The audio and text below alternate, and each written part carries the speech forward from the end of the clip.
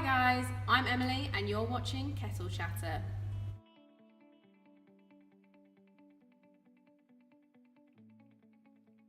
Today we will be recapping the highs and the lows of round 5 of the BCAC.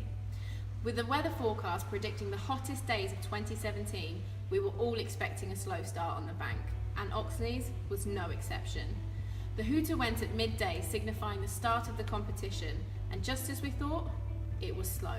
With only three fish coming out on the first day, I was certainly able to make the most of the sunshine.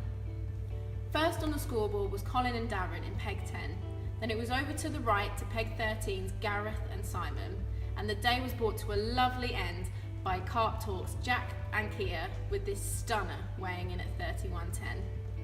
It wasn't until the early hours of the morning when my phone started going crazy and there was fish coming out all over the place. There was 3 in peg 7, one of which was a lovely 30-pounder, 6 in peg 6, putting them nicely in first place, 3 to peg 5 and 1 to peg 3, 8 and 12. As the sun came up, so did the temperature, and also so did the fish. They were all happily cruising around on the surface, minding their own business, but none of them were interested in eating. Only 5 fish came out during the day, and once again, the day was brought to a close in style, as peg 13's Gareth and Simon hauled in the biggest fish of the match, weighing in at 35 pounds and 14 ounces. Sunday was no surprise, as it behaved in the exact same way as Saturday. Very busy early doors with 28 fish coming out between 4 AM and 9 AM, which left the leaderboard with all to play for. As the temperatures rose, it was looking like those would be the final scores until peg 12's Carl and Cal netted a modest 17-pounder, grabbing them third place with just half an hour before the final hooter.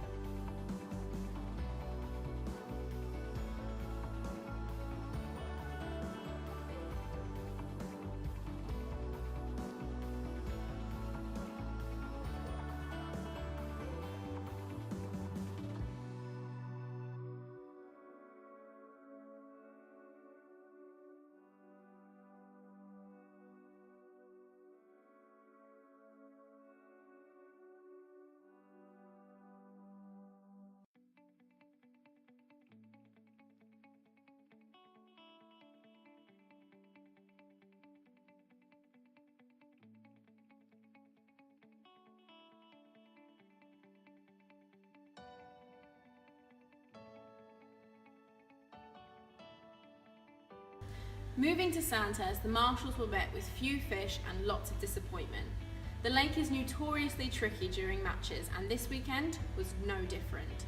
Team Spom's Brian and John were the first to grab a bite, but sadly it got away. Lost fish would prove costly for several of the pairs as the match went on. However, Brian and John didn't let it get to them as they quickly repositioned their rig and soon enough were rewarded with another take, landing them on the scoreboard with 13 pounds 2 ounces. As the night closed in, the anglers held hope for some nighttime bites, but unfortunately, the carp had other ideas. And it wasn't until first light when the second fish of the match would come out. The Nash boys, Lewis and Jack, bagged a 15-pound mirror, and with their spot fizzing like mad, they were anticipating more. But unfortunately, it wasn't for them. It was over to Dan and Mick to have the final action of the morning, and it was a good one. An opportunistic flick from the pairs into the margins got them the fish known as Barry. Weighing in at 36 pounds, this would put them comfortably in first place.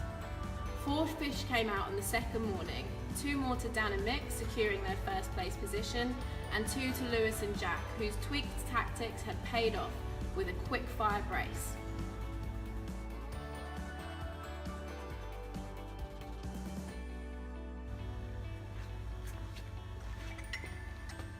AM's, cup of coffee as required. Oh, fab.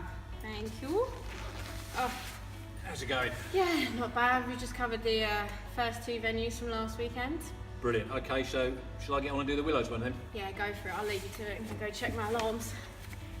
Willows is known for some big hits of fish, but no one knew what was going to happen with the weather, and added to that, the water levels are really low currently at Willows. About an hour after the start, me and the marshals thought, should be some fish out by now, so we'll have a wander around and see what happened. Peg 4, absolute carnage. Retainers everywhere. For those of you who know the lake, Peg 4, it's one of the point swims. Opposite them on our Peg 10 was local angler Brian Byford and his partner Jack Lamb, who were also smashing it up at the time. As the weekend unfolded, these 2 pairs would end up pulling away from the pack and secure the first 2 spots. Brian and Jack put in a major effort on Saturday evening, banking 120 pound of fish in a few hours. Bearing in mind these fish are all quite small, which put them comfortably into first spot. Harry Pardue, AJ Collier's partner in Peg 4, had another little highlight, landing a 38 pound catfish. Not that counts in this match, but it's a UK PB for him nonetheless. Third place is where all the excitement was, with several pairs dropping in and out of the spot throughout the match. 3 pairs spent most of the match vying for the last qualifying spot. Becky and Sean Sharman in Peg 2, their neighbours Nick Singleton and Danny Clark in Peg 1, and Ryan Ward and Mark McGee at the other end of the lake in Peg 9. By Saturday morning, Nick and Danny were in Peg 1, were in a qualifying spot, but the fish, they'd done an off, they'd left the swim. Also, overnight, Dave Black and Andrew Grant in Peg 12, just opposite them, had got onto the fish and pushed themselves into 5th spot with only 20 pounds off 3rd. Danny and Nick would chew their nails down to the bone by 12 o'clock, as all the chasers around them had caught fish and they hadn't. We genuinely didn't have a clue when the hooter sounded at 12 o'clock who was in 3rd spot until we'd weighed in all the fish and done all the maths. But Nick and Danny had clung on by just 5 pounds, and with less than 20 pounds between 3rd place and 7th place, it was a really amazingly close run thing. It certainly was the sort of match that makes us love it and hate it in equal measure.